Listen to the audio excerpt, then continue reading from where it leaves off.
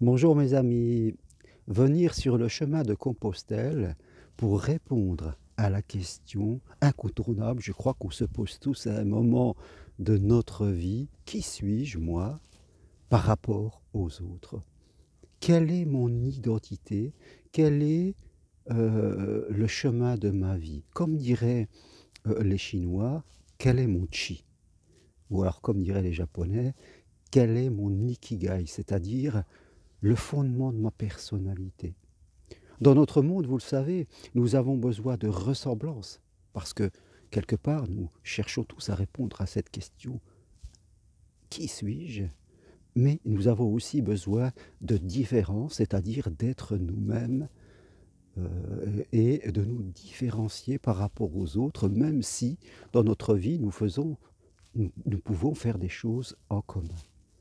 C'est un peu ce que Carl Gustav Jung appelle faire son chemin d'individuation. Qu'est-ce que ça veut dire? Eh bien, partir de l'ego, du mental, dans laquelle nous sommes souvent éduqués, et aller vers le soi, l'être qui nous sommes. Et c'est vrai que dans l'ego, nous sommes beaucoup, depuis que nous allons à l'école, dans la comparaison, dans le paraître. C'est là où nous commençons à construire un masque sociétal dans lequel, qui va nous servir à nous protéger, à avoir des habitudes, à être acceptés par les autres, par notre famille, par ceux qui nous entourent, qui nous disent: «Tu dois faire ceci, tu dois suivre ce chemin-là». Et à cette période de la vie, on ne se connaît pas trop et on nous demande de prendre des grandes décisions de vie.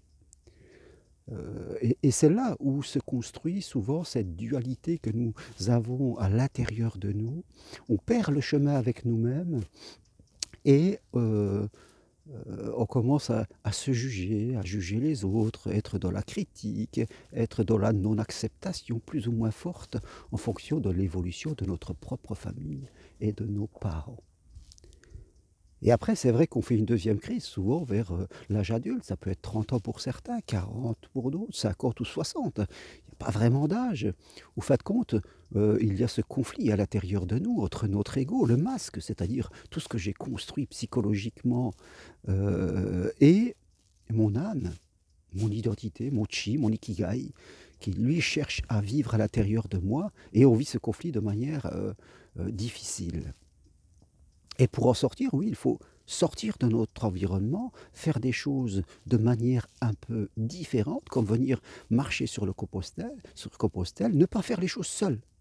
Parce qu'on ne peut pas être le malade et en même temps le docteur qui observe le malade. On a besoin de faire cela avec les autres, avec quelqu'un qui va nous aider justement à faire cette transition, à mieux nous comprendre, à nous donner des axes de réflexion sur lesquels tout doucement on va quitter notre ego mental qui lui est enfermé dans ses croyances limitantes et marcher vers notre soi, je dirais, pour redevenir nous-mêmes. C'est un processus d'évolution, c'est un chemin, c'est la voie, comme dirait Lao Tzu. Après, vous pourrez prendre des décisions de changer de travail, de changer de vie sentimentale, de région, de ce que vous voulez. Les décisions viendront à un moment donné. Il faut faire confiance au chemin.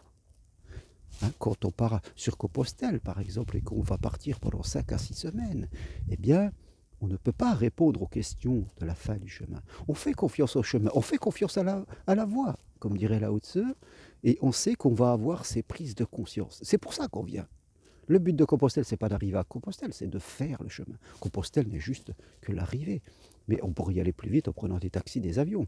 Mais c'est la lenteur du chemin qui va faire remonter à l'intérieur de moi qui je suis et le fruit de mon âme et de ma réflexion pour me remettre sur un nouveau chemin. Alors c'est ce que je vous invite à faire en venant ici sur le chemin de Compostelle où je suis. Il fait un peu frais ce matin, mais ça va monter. Hein, je suis sur la voie Aurélia sur la Côte d'Azur, comme je le disais sur d'autres vidéos, entre Cannes et Saint-Raphaël de l'autre côté, sur le massif de l'Estérel, qui est vraiment somptueux, vraiment, et sauvage, et silencieux. Il n'y a personne, hein, vraiment. Je vous fais un petit tour d'horizon. Il y a le soleil, alors je ne sais pas si on verra grand-chose. Mais donc, je vais monter derrière moi sur ce qu'on appelle le mont Vinaigre. Et derrière, vous voyez toute la Côte d'Azur, c'est-à-dire Saint-Raphaël, juste en bas, il y a encore de la brume qui monte, mais le soleil est là, et cet après-midi va faire bien beau. Donc oui, répondre à cette question, et ça c'est à titre individuel, qui suis-je par rapport aux autres? Quitter l'ego mental pour aller vers le soi. Bien sûr, ça fait peur, je le comprends, parce qu'il y a tout ce qu'on a monté, et il y a tout ce qu'on a refoulé, et puis on n'a pas envie, ça nous fait peur. Mais faut-il autant ne pas le faire parce que ça vous fait peur et rester enfermé dans ce que vous êtes? Oui, la plupart des gens font ce choix, après c'est leur vie, hein, mais le plus grand voyage est à l'intérieur de soi. Le plus grand voyage est à l'intérieur de soi, et c'est ce voyage entre l'ego et votre âme. Pour répondre à cette question que je disais, qui suis-je moi par rapport aux autres? Merci à vous. Si vous aimez cette vidéo, appuyez sur j'aime, et si vous voulez plus d'infos, eh bien, écrivez-moi toutes les infos sur mon site germainrocari.com. Allez, bye et merci.